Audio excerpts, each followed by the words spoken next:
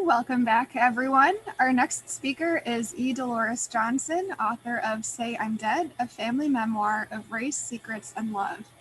You may have seen the article about Dolores in the Buffalo News on October 11. She has also published essays on mixed race, racism, and identity, and she is a graduate of Harvard University and Harvard Business School. In her presentation, she will discuss some of the unique writing tools involved in writing memoir and the difference between writing for the family versus creating a central theme for a published story. Dolores will have your presentation up in just a moment, and then you can take it away. Thanks, Leah, and welcome everyone to the memoir session. Thanks for joining me, and thank you to the Buffalo and Erie County Public Library for having me on this program. The unique aspects of writing memoir will be illustrated based on the experiences I had. Can you see this? In publishing Say I'm Dead, a family memoir of race, secrets, and love. It was published by Chicago Review Press earlier this year in 2020. So next slide, please. Let's start with a definition. Memoir is nonfiction and fact-based. So unlike fiction, which I see some of you are fiction writers, there is no making up material to go into memoir. It must be truthful, and there have been issues around people who did give the genre a bad name by fictionalizing some of their stories. So we want to be careful that we're always fact-based. Next slide. Certain considerations for writing memoir that the author wants to keep in mind, first of all, is your own personal exposure. This is such a personal genre where you're exposing things in your life, your attitudes, your fears, your mistakes, your troubled relationships, or whatever the case may be. Be careful in deciding what's in and what's outside of your limits, because once it's printed, of course, you cannot take it back. So what is it that you really want to include is an important point. And when you are looking at that personal exposure, be aware that a critical element of writing memoir is casting a critical eye on yourself. What have I done that may have been wrong or a mistake, or how have I misinterpreted, or what could I have done differently? Those are all truthful points that readers are looking for, and publishers will be really scrutinizing your manuscript for. Secondly is sensitivity of family and friends. The memoir writer has got to be sure that they have considered the relationships that they have and what the stories that you write in your book may mean to those relationships. So let's talk about memory as part of that. The incident that happened at the 4th of July picnic last year, you remembered it as one thing, and I remembered it as another thing. So when we're writing those kind of different perspectives, one piece of advice is to be empathetic to other people's viewpoints, unless, of course, your book is aimed at really emphasizing one side of the story. And you have to be clear about what it is that you want to portray in your manuscript. Secondly, under sensitivity of family and friends has to do with all the skeletons we have in our closets. I have them, your family has them, everybody has them. And once you uncover some of those skeletons, you dig deep in order to tell a truthful story in your memoir. Lots of people are not going to want that story told. And so which skeletons are you going to excavate? And what is the reaction going to be among family and friends? And is that an important priority?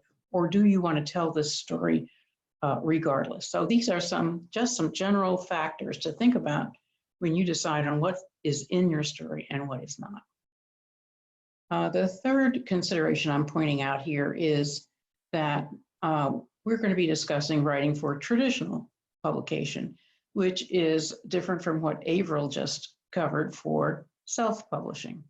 So in this world of traditional publishing, you will submit your work through an agent. You will write formal queries to get an agent, and they will be sort of the business go-between between you and editors at publishing houses.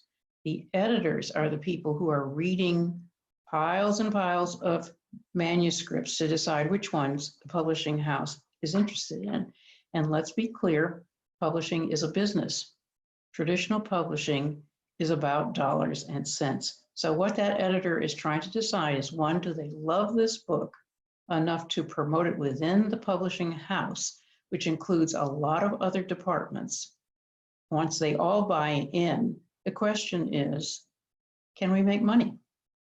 So unlike self-publishing, where you're looking to sell your book for any number of reasons, because you want the story told, because it's burning inside you to tell this story, because you want to make some money, this is, when you're dealing with traditional publishing, a matter of dollars and cents, which can disappoint a lot of authors, when you pour your heart and soul into a manuscript, that it comes down to many rejections based on dollars and cents.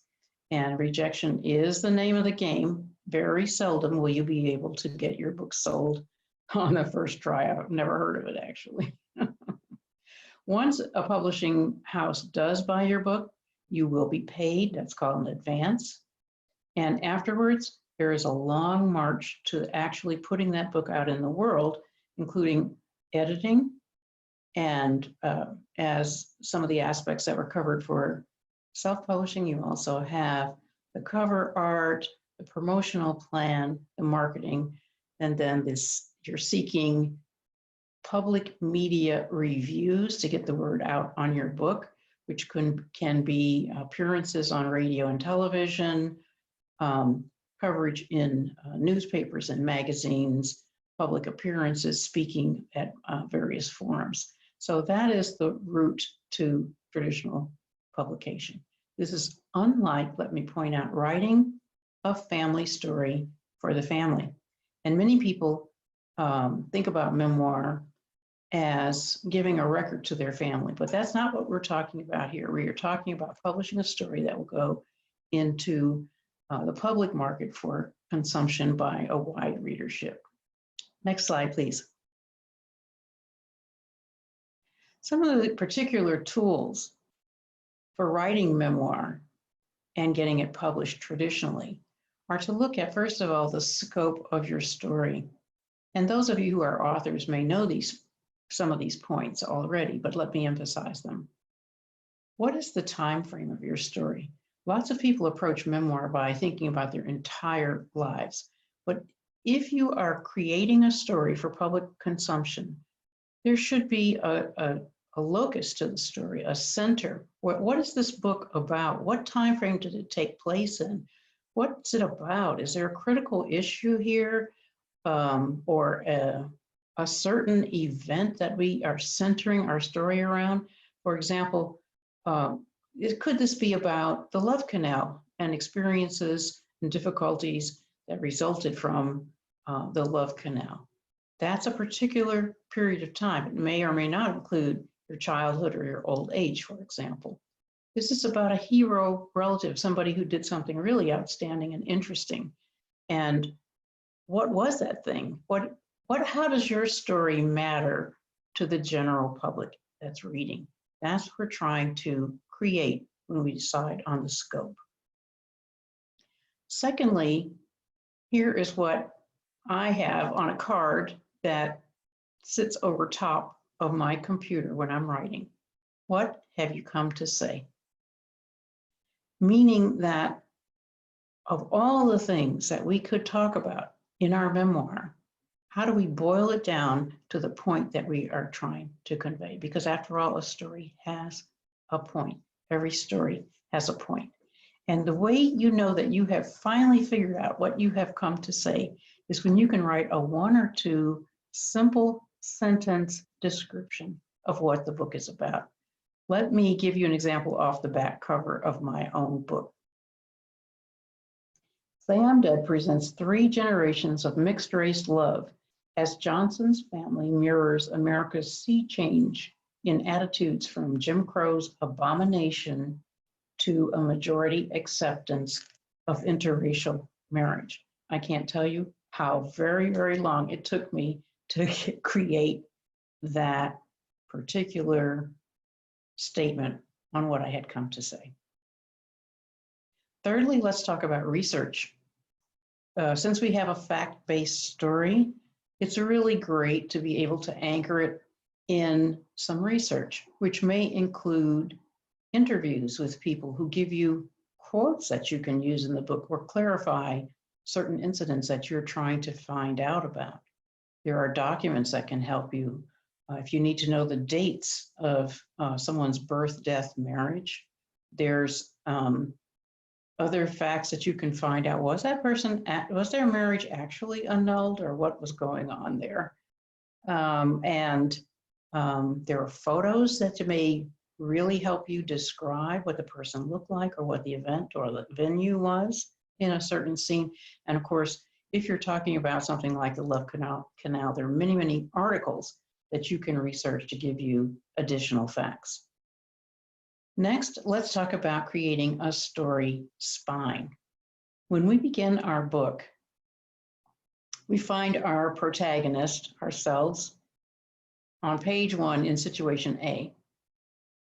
But situation A is problematic. And what we are going to experience are a number of scenes of obstacles, difficulties, conflicts that help us arrive finally at the very conclusion on the final page of the book at situation B. Now, that's called your spine. And there are many, many, many, many things that happen in our life that don't belong there if you are curating or creating a storyline. So what you wore for Halloween in 1999 may have nothing to do with the Love Canal story. However, you just love that story. It's so colorful, it's so funny, it's so rich. It doesn't belong in this book. Put it aside for another time, another story or article, and stick to your spine. When you take out that thing you really, really, really love and want to tell, but doesn't belong there, it's called killing your darlings. And every author has to do that. And let me then talk to the last point on this slide, which is making a universal story and not a memoir. I first heard the word memoir from an agent that turned me down. And it means that if you are writing a memoir that's only me, me, me, me, me all the time, nobody cares. I went here, I did this, this happened to me, is not a story that everyone out there in the universe is anxious to read. However, if you're writing what happened to me relative to the Love Canal and how the powers that be, or big business, or pollution impacts the lives of so many people and makes us think about these broader issues and then illustrate it with your personal experience, now we have a very rich, meaningful memoir of which we can make a story and tell people what we came to say. One way to talk about that is to say that there's a camera on the protagonist or the scene, and when you write a universal story, you move that camera off of you and onto these issues, these other players. Next slide, please. In traditional storytelling elements, we combine those aspects with the uniqueness of memoir writing. And I want to point those out because it is a blend. Character development. Be sure that we are talking about the each character. What do they look like? What is their job? What's their background? What do they speak with an accent? Are they from elsewhere? What do they like to do? What are their hobbies? Where do they live? What does it look like? A second aspect of general storytelling is to identify 5 to 7 key scenes that anchor your book. Each of these scenes relates to what you have come to say. So there are very large incidents and situations that are going to be in these scenes. And in one, let me give you an example from my own book. When my husband and I bought our first home, there was a cross burned on our lawn. It was a horrifying night. The police came and they didn't care. This is part of what I have come to say, a look at racism in America. And that is an anchor scene in Say I'm Dead. Finally, on this slide, let's talk about creating an intentional narrative structure. And by that, I mean that we're going to take these 5 to 7 key scenes and the important other writing that is the glue that holds it all together and decide how we're going to shape this story. How are those pieces going to fit together? Are we going to go in straight chronological order? Are we going to have a scene, a chapter for Mama and a chapter for me and a chapter for Mama and a chapter for me? Is it going to be thematic? Are we going to talk about educational racism, and then we're going to talk about housing racism? These are different ways to fit the pieces together. Next slide, please.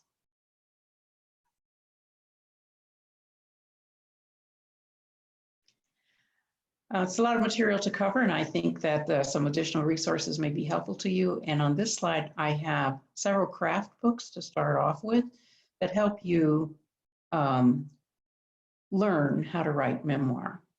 And these books are written by famous writing professors at universities who specialize in memoir and storytelling.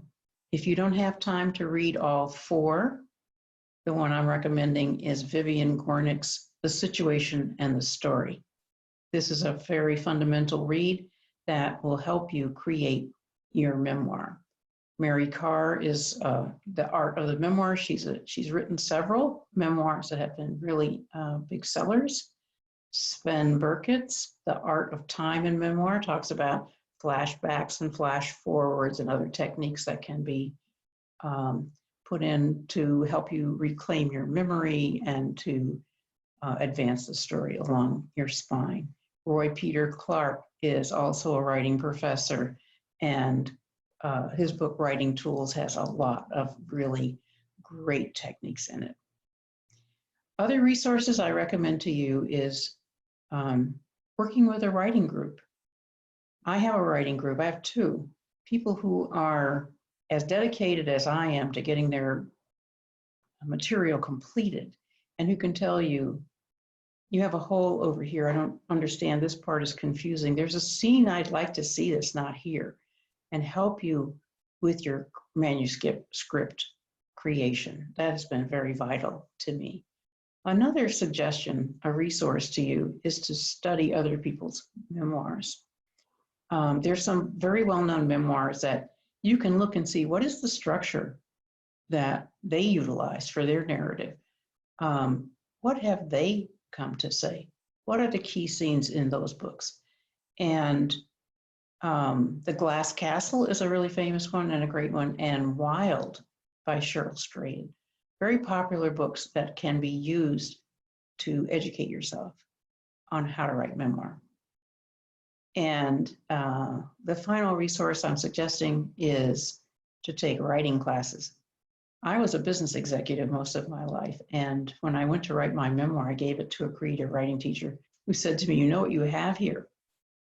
It's a business report, and you don't really know how to write this genre or creative writing, and you should take some classes. I did, and those changed everything for me. And so with that information, we're ready to take some questions, and thank you so much.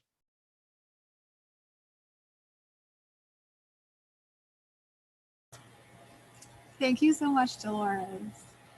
So we have about 10 minutes for questions from the audience.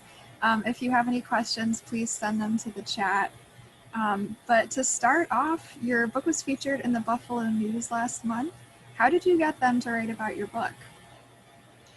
Well, again, with traditional publishing, you were really looking for media outlets to review your book. That can be talk shows, blogs, blog talks, TV appearances, magazines, newspapers, and so forth. And when you go with traditional publishing, often there is a publicist at that publishing house that is sending out advanced review copies of your book to potential reviewers. And so here on, this is my ARC, and you see this is not for sale. It is the version of the book before it's the final proofreading, but it goes out. And Buffalo News was one of the organizations that my publicist sent an ARC to. And initially, the disappointing news was that the Buffalo News was no longer doing as many book reviews as they used to. And that's a factor for news organizations all over the country where they've had to cut back staffs due to financial reasons. However, it was important in one of the reporters' opinion to have a Buffalo story told in Buffalo. And so Mark Summer there at the Buffalo News undertook to write the article that appeared in the Buffalo News, and it came out October 11th, the cover section of the Gusto section. And he wrote this article on Say I'm Dead, which he gave me this front page placement in Gusto, as well as a half page the next page in, which is a great boost.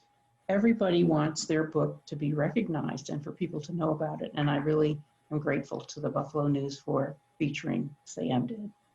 Great. I think Mark Summer is here today, so hello to him. Shout out to him. Thank you, Mark. And we have a question from Sharon who says, I read your book and enjoyed it. How long did it take to write? And she loves the Buffalo landmarks. Thank you, Sharon, for that.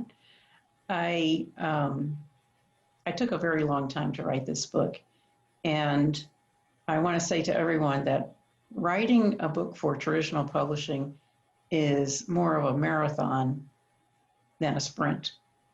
It takes a lot of time to get all the aspects in that the traditional publisher really wants, and you can't sell it otherwise. What I started out with was a business report, as I was told. And so I went back to school. Actually, I took a one-year program. I wrote several versions of the book. First, I wrote it as fiction because I thought that might be more popular or easy to sell. However, some of the feedback I got was dismaying because I was told, oh, you should take this character and really blow them out to something that pops off the page. For example, my dad, who was African American and had a lot of racism affect his life, I was told, make your dad the angry black man who's turning over tables and cussing all the time. That'll sell books. Well, I didn't want to write that about my dad. And so I decided to write memoir, which then meant I had to go back and reconstruct through research, as I talked about earlier, all the things to make a truthful account. My family, my father is African American, my mother is white.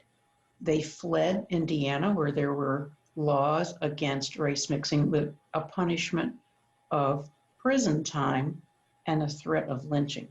I went back to Indiana and researched all of those laws. I talked to the Indiana Historical Society. I received a photograph from them of the lynching that scared my family. I read the laws. I read the national law. This stuff takes a lot of time to get right. I went and interviewed the people that are in the book, so I have a lot of their actual words.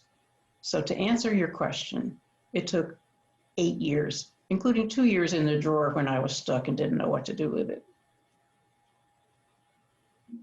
And Angelic asks, what inspired you to write and have a creative mind? What inspired me to write and have a creative mind? And have a creative mind. I was burning to tell my story after discussing it with some people I knew that were reporters. They were professional writers.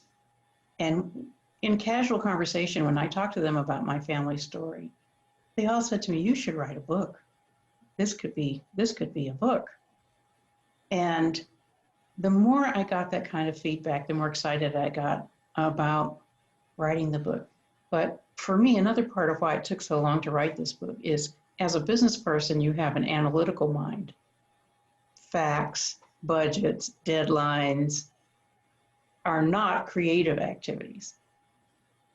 So I had to learn how to switch to a creative mentality. But once I got into it and I started to learn what the craft was, it was very exciting and fun to be able to create the material in the book in my best possible way. And that meant learning how to write metaphors and description and dialogue and really channel characters and feel what those scenes had to portray in order to tell what I had come to say. Nancy would like to know where you took writing classes. Right, even though I'm a Buffalo native, grew up there and went to school there, and my family is still there, and I come back often.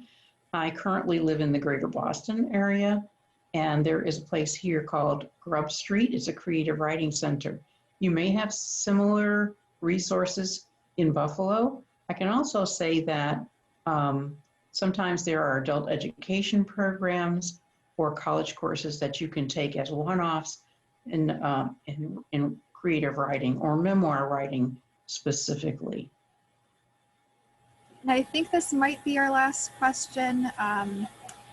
Someone says, thank you for an excellent presentation and giving us a global view of how to write memoir. But even when writing only for family, do you have a guideline for determining what is important to include and what's just noise? Sure, thank you for the question. Thanks very much on the compliment. When you're writing for family, you can, again, you want to talk about your scope. What am I trying to do here? I have a relative who has these massive binders in which every birth certificate and death certificate, marriage certificate of every person is recorded.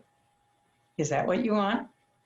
Or do you want to write a story? Do you want to tell maybe your family came here from overseas and they established their own business, and from that you grew to people who became local community anchors. What's the story? That may be another way to go about it. It could be a scrapbook.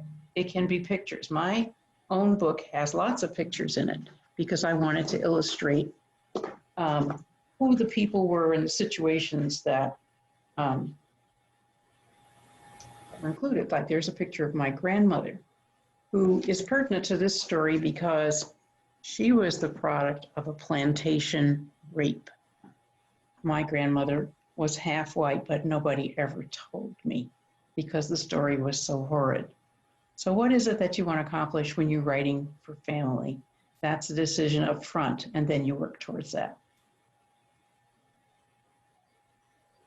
Thank you, Dolores, and thank you everyone for your questions. We will share Dolores' email and emails of the others in the Indie Author Directory, which will be sending out next week.